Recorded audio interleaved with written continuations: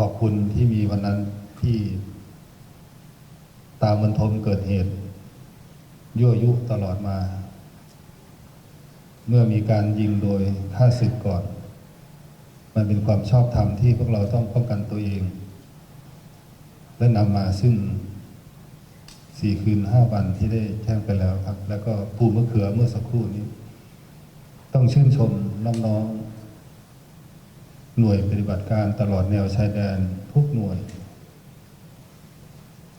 ขอสวัสดีวีรกรรมของน้องทั้ง16 นายที่ขึ้นภาพเมื่อสักครู่นี้หน้าที่ของพวกเราต้องดูแลครอบครัวลูกเมียพ่อแม่เขาให้ดีนี่คือองค์การทหารสงเคราะห์ทหารผ่านศึกที่พวกเราได้ทำแล้วรวมถึงผู้บัญชาปัจจุบันดูแลเขาทั้งผู้ที่บาดเจ็บพิการอยู่ตอนนี้ด้วยเช่นกัน